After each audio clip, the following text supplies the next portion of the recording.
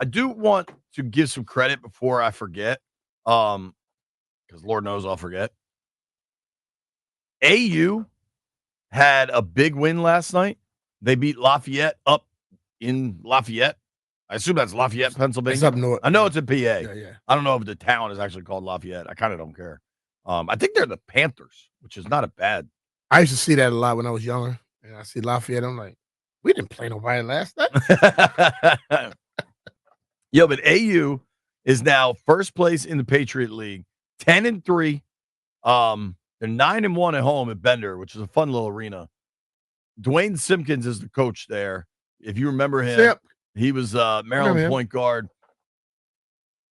When AU goes to the tournament, it's always fun. And shout out to David Aldridge, Amanda Zimmer, all the AU Eagles, Matt Doolin, wherever you may be. I know they get fired up for their basketball team, and we'll see what happens because that Patriot League is always tricky because it always comes down to the conference tournament. Typically, that's a one-bid league, but at least, they've changed the rule with the NIT that if you win if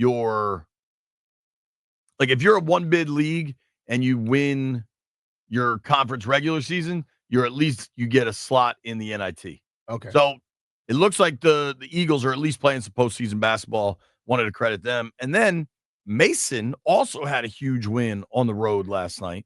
They won by 2 at St. Louis, which is usually a tough place to win.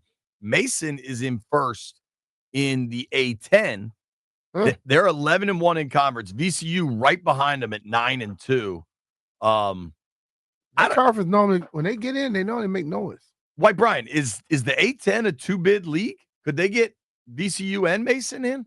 VCU is going to have to really just keep on winning, and Mason will probably have to win the conference tournament. Mason's 20-5, VCU's 19-5. Yeah, I think VCU's a lot better in net rankings, so the best case scenario for them to get to would be George Mason winning the conference, and then VCU just keep winning. Gotcha. All right, Mason's got – dude, that's a huge game then. So Mason plays St. Joe's on Saturday at home. Then next Saturday in Richmond, Mason VCU. That game will have some serious juice to it, I imagine. If you want to get out to Fairfax, Mason's got 2 home games left. I guess 3. 1 this weekend, 1 next Wednesday, or 2 Wednesdays from now, and then they get LaSalle the first week of March. That's another arena I like. The last time I was at what is it called now? Patriot Bank? Eagle Bank Arena. Eagle Bank Arena. The last thing I saw over there. What? Paw Patrol Live. Paw Patrol. It was great. Yeah. What I can tell you about Paw Patrol Live, even though it starts at 10 a.m., they do sell beer. I think one of the last times I was there, I saw kind of silly. I saw Flame boxing. Wow, that was a long time ago. I think I've been there twice since then. I'll be honest. I would love to get out and cover some of these games for Channel 4. I don't know if it's going to happen just time-wise. I don't want to ignore anybody locally that is doing well in basketball. Is Howard? How's Howard looking? Pulling up the standings. All right, Howard is 1 game behind Norfolk State in the MEAC. Howard's 5-2 in conference. Norfolk State 6-1. But dude, I don't know. Maybe Howard played a much tougher non-conference schedule, but Norfolk State is 16-8 versus Howard's 10-14 overall. The Bison, if you want to go see them play, they're home on Monday against Maryland Eastern Shore. This is wild. I don't know enough if their schedule was really front-loaded with home games. Howard has 1, 2, 3, 4, 5, 6. Howard has 7 games left in the regular season. 6 of them on the road? 5 of them on the road. 5 on the road? Wow.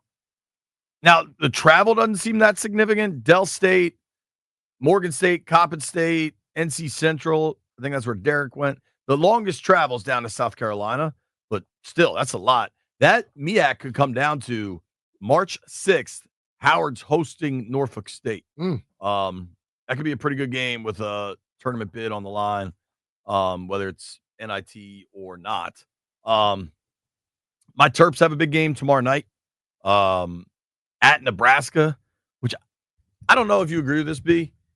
I feel like Maryland generally recruits kids from the Northeast, And things have changed, obviously, but like their two best players are probably from Baltimore and then a couple kids from the DMV. Mm-hmm.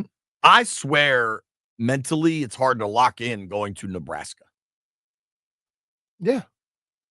Like, I don't know. But they're like, mentally for who? What's going on there? No. The players better not be thinking like that. You're playing against a team. All it takes. Competition.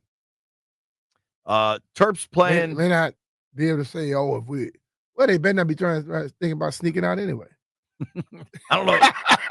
Listen, I also am cognizant. I'll be honest with Nebraska's a big college. I'm sure when I was in college, every time we went on a road trip, that was the conversation.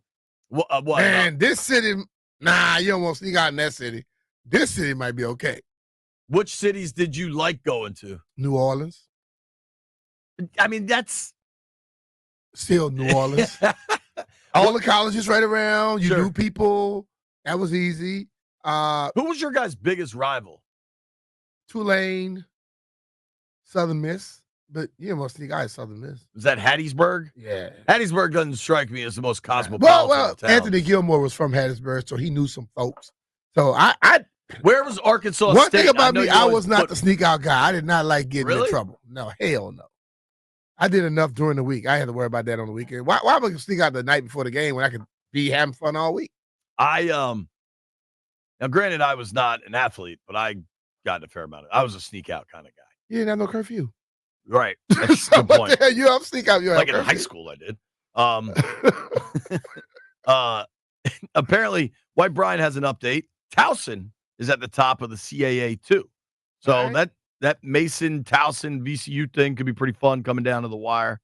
I think if anybody wants to give me tickets to the Maryland Iowa game on Sunday, I might try to go to that.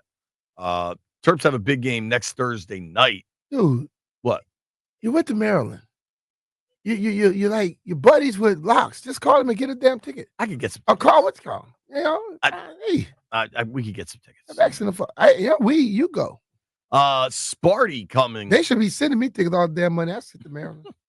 Yo, have you seen what just happened to Texas in the state of Maryland? They should be begging me to get tickets, and they should be selling beer in Montgomery County. Sparty coming to town in 2 weeks. That'll be a big game. Yo, here's one thing I hated with this Maryland move to the Big Ten. I understand that television drives everything. Mm-hmm. I understand that. I'm aware of that. The rest of these schools are in towns like Des Moines, Iowa, Happy Valley, Pennsylvania. Where is Nebraska? Lincoln? I'm guessing it's in Lincoln. I'm sure these are all nice towns. I'm not knocking anything. They don't have traffic. They got Michigan State, Maryland scheduled for 6:30 on a Wednesday. How you think it's going to go driving to College Park? Who scheduled it? The home team, the right? Big Ten. No, the Big Ten for Big TV. Ten scheduled a time? Yeah, because that's a big game in a 6:30 time slot that'll get eyeballs. I understand the why, but nobody thinks about the how. Hey, man, you want if you don't want them to be in the Big Ten, donate some damn more money. I don't have any. All right. Well, they need to get all the people in Maryland that went to Maryland don't want to complain about when they're playing and where they at. Donate some more damn money. They wouldn't have to. No, now they're in the right place. See, that's what I'm talking about. ACC's a sinking ship.